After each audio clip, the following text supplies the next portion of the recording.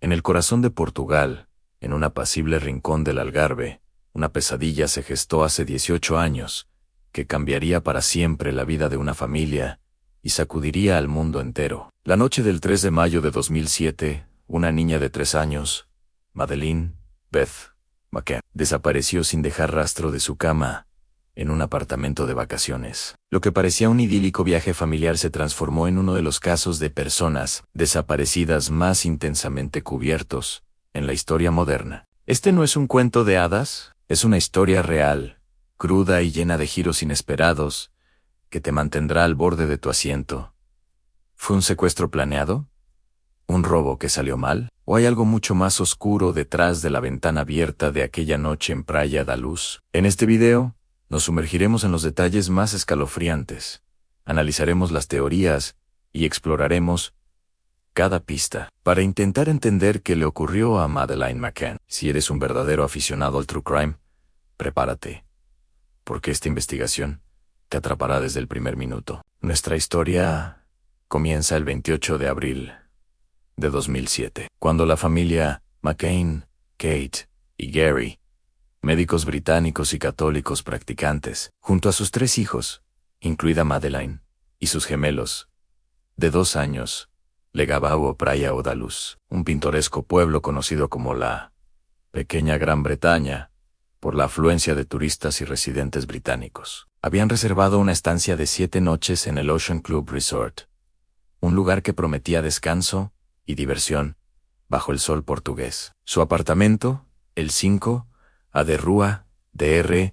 Agostinho da Silva, era una vivienda en la planta baja con 2 dormitorios. Una de las habitaciones de los niños daba a una calle pública y un aparcamiento. Las puertas correderas del patio trasero daban a la piscina del Ocean Club y a su restaurante de tapas. La noche del jueves 3 de mayo, el penúltimo día de sus vacaciones, se desarrollaba como muchas otras. A las 8:30 de la tarde, Kate y Gary McCann dejaron a sus 3 hijos durmiendo en el apartamento, mientras ellos cenaban con un grupo de amigos, conocidos como los Tapas 7, en un restaurante a escasos 55 metros de distancia uno. Era una práctica habitual entre las familias del complejo, que se turnaban para vigilar a los niños. Los McCann salían cada media hora a comprobar que todo estuviera en orden. Gary McCann realizó la primera comprobación en el apartamento 5, alrededor de las 21:05.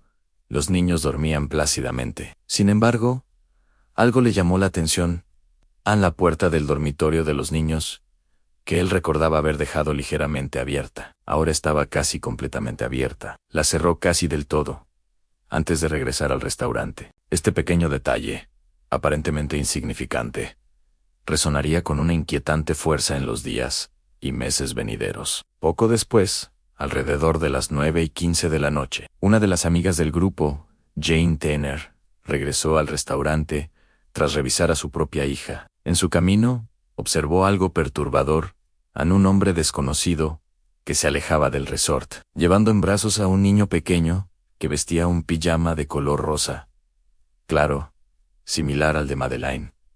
¿Fue este el momento clave? ¿Fue esta la figura que se llevó a Madeleine? La descripción de Tanner, un hombre de complexión delgada, de apariencia mediterránea y con cabello oscuro, se difundió rápidamente. Aunque la policía portuguesa no hizo pública esta descripción hasta semanas después, este avistamiento, aunque más tarde considerado un engaño por Scotland Yard, fue crucial en las primeras horas de la investigación. Los minutos pasaban, el tiempo se estiraba, y la vida de los McCann estaba a punto de fracturarse de la manera más inimaginable. Matthew Oldfield, otro de los Tapas 7, se ofreció a revisar a los niños de los McCann cuando fue a ver a los suyos en el apartamento de al lado. Vio la puerta del dormitorio de los McCann abierta, pero al no oír ningún ruido, se marchó sin mirar más allá, dentro de la habitación, para ver si Madeleine estaba allí. Este detalle también sería objeto de intenso escrutinio 1.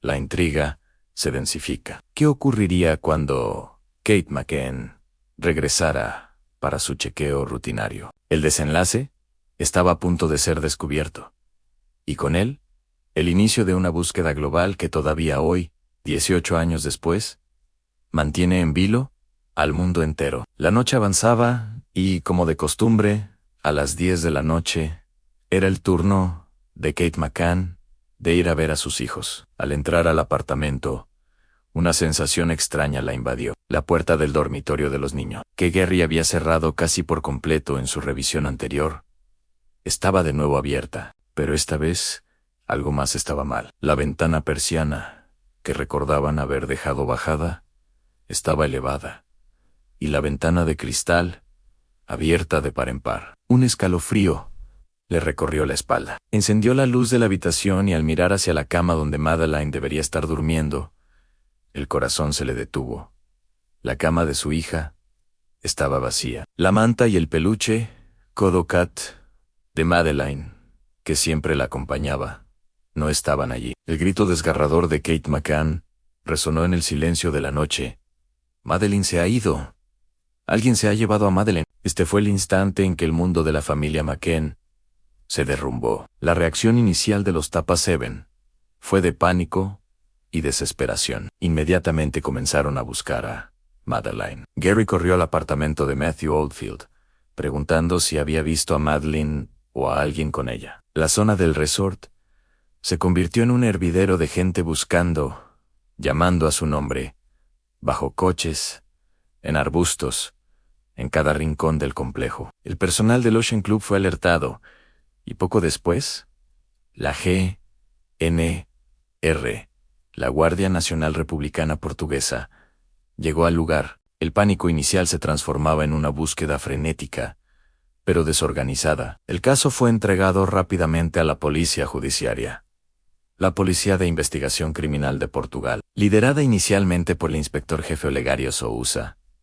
En sus primeros pasos fueron cruciales, y algunos de ellos, con el tiempo, serían objeto de una intensa crítica. El apartamento 5A fue acordonado, pero no antes de que varias personas hubieran entrado y salido, comprometiendo potencialmente la escena del crimen. Se llamó un equipo de forenses de Lisboa, pero no llegaron hasta 2 días después, el 5 de mayo. Este retraso crítico, según muchos expertos, pudo haber costado pistas vitales. Los interrogatorios comenzaron de inmediato. Los McCann y sus amigos fueron interrogados, sus testimonios cotejados. Gary describió el patrón de la familia de dejar a los niños solos mientras cenaban, una práctica que fue defendida por muchos como normal en un resort seguro, pero que también generaría un intenso debate público. La búsqueda se extendió más allá del complejo. Las autoridades portuguesas alertaron a la policía fronteriza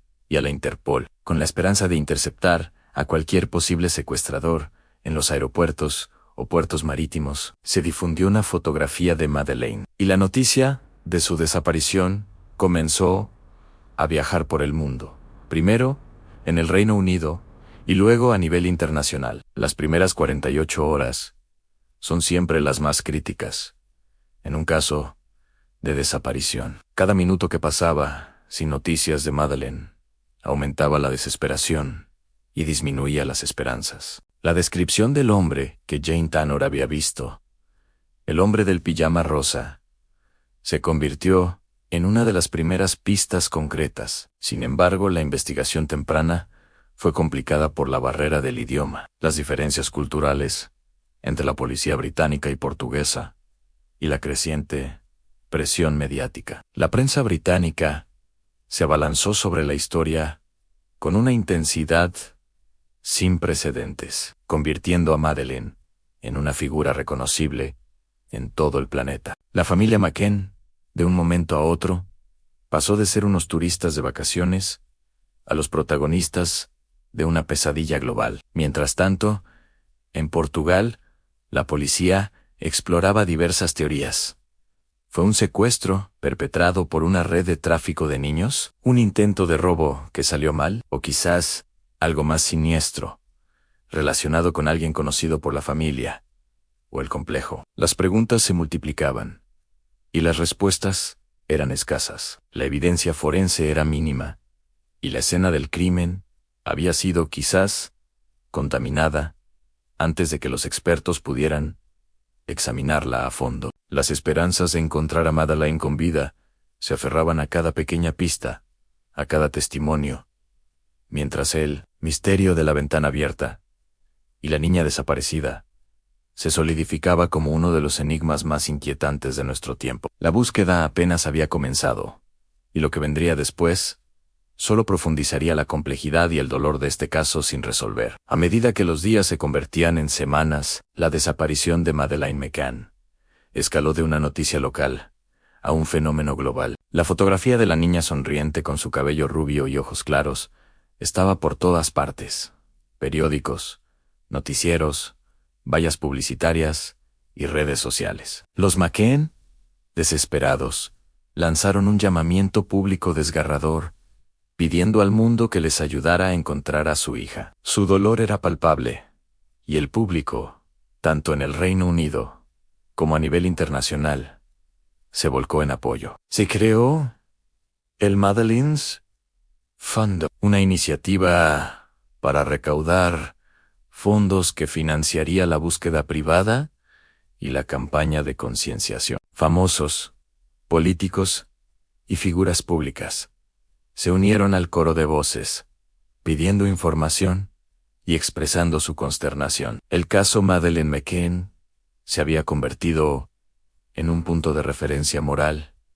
y una tragedia que unía a millones en una única y angustiosa pregunta: ¿dónde está Madeleine? Sin embargo, esta enorme exposición mediática, aunque vital para mantener el caso en el ojo público, también tuvo un lado oscuro. La tensión incesante generó una presión inmensa sobre la policía portuguesa, y lamentablemente, también comenzó a sembrar las semillas de la sospecha. Las diferencias en el enfoque de la investigación entre las autoridades portuguesas y la opinión pública británica se hicieron cada vez más evidentes. La cultura de la investigación criminal en Portugal, menos acostumbrada a la transparencia mediática, chocó con la demanda constante de información y progreso por parte de los medios británicos. En medio de la creciente frustración por la falta de avances, la investigación de la policía judiciaria comenzó a desviarse por un camino inesperado y controvertido. En agosto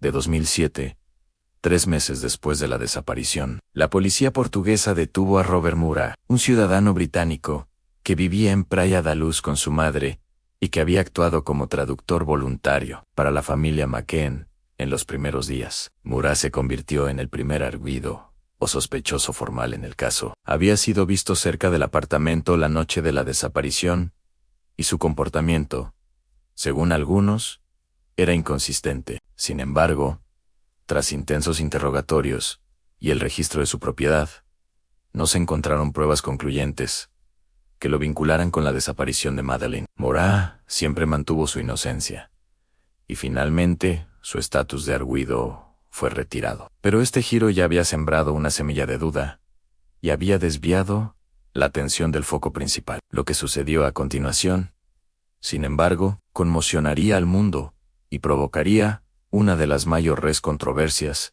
en la historia de la investigación criminal moderna. A principios de septiembre de 2007, 4 meses después de que Madeleine desapareciera, Kate y Gary McCann fueron declarados arguidos por la policía portuguesa. La base de esta sorprendente acusación se originó a partir de los resultados de perros rastreadores entrenados en el Reino Unido, que supuestamente detectaron el olor a fluidos biológicos y a restos humanos en el apartamento y en el coche alquilado de los McCann. La teoría de la policía portuguesa era escalofriante: que Madeleine había fallecido accidentalmente en el apartamento y que sus padres habían encubierto lo sucedido en el apartamento y que sus padres habían ocultado a la niña sin vida, simulando un secuestro. La noticia de que los padres de Madeleine eran considerados sospechosos desató una tormenta mediática sin precedentes. La opinión pública se dividió drásticamente. Mientras muchos se aferraban a la inocencia de los McCann, otros comenzaron a considerar la posibilidad de su implicación, alimentados por la implacable máquina de los tabloides y las filtraciones policiales. Los McCann, visiblemente destrozados, negaron vehementemente cualquier participación en la desaparición de su hija, y prometieron luchar para limpiar sus nombres. Regresaron al Reino Unido poco después, y su estatus de arguidos fue formalmente levantado en julio de 2008 por falta de pruebas, junto con el de Robert Murat. Este periodo fue un punto de inflexión. La investigación oficial portuguesa, liderada entonces por Gonçalo Amaral, que más tarde escribiría un polémico libro acusando a los McCann, se centró en esta línea de investigación, lo que muchos creen que desvió recursos y tiempo valioso de otras pistas potencialmente cruciales. La ventana abierta, el hombre con el pijama rosa, los testimonios iniciales, todo parecía quedar relegado a un segundo plano, mientras los McCann luchaban por su reputación y por la verdad sobre lo que le había pasado a su hija. El misterio se profundizaba, la verdad parecía más esquiva que nunca, y el mundo se preguntaba si alguna vez se encontraría a Madeleine, o si el caso caería en el abismo de los crímenes sin resolver. La intriga, lejos de disiparse, solo se hacía más densa. Con los McCann absueltos de su estatus de arguidos en 2008, la investigación portuguesa se estancó y fue oficialmente archivada. Sin embargo, la familia, incansable en su búsqueda, continuó su propia campaña, apoyada por el Madeleine's Fund. Sabían que la verdad sobre lo que le había sucedido a su hija aún estaba ahí fuera. La presión pública en el Reino Unido fue tal que, en 2011, el entonces primer ministro británico David Cameron solicitó a Scotland Yard que revisara el caso. Así nació la Operación Grange, una investigación británica que durante años analizó meticulosamente toda la información recopilada hasta la fecha, volviendo a interrogar testigos y buscando nuevas pistas. La Operación Grange aportó una nueva perspectiva. Descartó la teoría de un accidente en el apartamento y se centró de nuevo en la hipótesis de un secuestro por parte de un extraño. Analizaron decenas de miles de documentos y siguieron miles de líneas de investigación. A lo largo de los años, surgieron varios sospechosos y se exploraron diferentes escenarios, desde la posibilidad de un secuestro por una banda de traficantes de personas hasta la intervención de un agresor de menores oportunista. La policía británica publicó nuevos retratos robot basados en testimonios y realizó reconstrucciones de los eventos en programas de televisión, reavivando el interés público y generando nuevas llamadas de información. Uno de los giros más significativos llegó en 2020, en 17 años. Después de la desaparición, la policía alemana anunció públicamente que habían identificado a un nuevo arguido y principal sospechoso, Christian Bruckner, un ciudadano alemán con un historial de delitos y de drogas, que vivía en una autocaravana cerca de Praia da Luz en el momento de la desaparición de Madeleine. Bruckner, que ya estaba en prisión en Alemania por otros delitos, se convirtió en el foco de una intensa investigación internacional conjunta entre las autoridades alemanas, británicas y portuguesas. La Fiscalía de Brunswick, Alemania, afirmó tener pruebas concretas de que Bruckner era responsable de lo sucedido a Madeleine McCann. Aunque no revelaron dichas pruebas al público, aseguraron que la niña estaba sin vida. Una afirmación que devastó a los McCann, quienes aún se aferran a la esperanza de encontrar a su hija viva. La línea de investigación alemana sostiene que Bruckner secuestró a Madeleine de su apartamento y la llevó a su autocaravana o a una casa abandonada en los alrededores. Las pruebas que vinculan a Bruckner incluyen registros telefónicos que lo sitúan en Praia da Luz la noche de la desaparición, así como testimonios de personas que lo conocían y que según la policía lo habrían escuchado hablar sobre la desaparición de Madeleine. Se han realizado búsquedas exhaustivas en propiedades vinculadas a Bruckner, incluyendo un embalse en Portugal. Sin éxito, a pesar de estos avances y de la identificación de un sospechoso principal, el cuerpo de Madeleine nunca ha sido encontrado. Christian Bruckner ha negado todas las acusaciones y hasta la fecha de hoy no ha sido formalmente acusado de la desaparición de Madeleine McCann en un tribunal. El caso sigue siendo una compleja red de preguntas sin respuesta. ¿Fue Bruckner el hombre que Jane Tanner vio llevando a un niño? ¿Fue su autocaravana el destino final de Madeleine? ¿O hay otras piezas del rompecabezas que aún faltan? La búsqueda de Madeleine McCann, la niña de los ojos saltones que desapareció de su cama en Portugal, ha dejado una marca indeleble en la conciencia colectiva. Es un recordatorio desgarrador de la vulnerabilidad de la infancia y la persistente angustia de un misterio sin resolver. Para Kate y Gary McCann, la búsqueda de su hija es una misión de por vida. Cada aniversario, cada nueva pista, reabre la herida, pero también renueva la esperanza de obtener, algún día, las respuestas que tanto anhelan. La ventana abierta de aquel apartamento en Praia da luz, sigue siendo el portal a un enigma que 18 años después continúa conmoviendo y desafiando al mundo, un escalofriante capítulo en la historia del true crime que se niega a cerrarse. Y así, el misterio de Madeleine McCann perdura. Un recordatorio sombrío de que, a veces, las pesadillas más profundas son las que nunca terminan.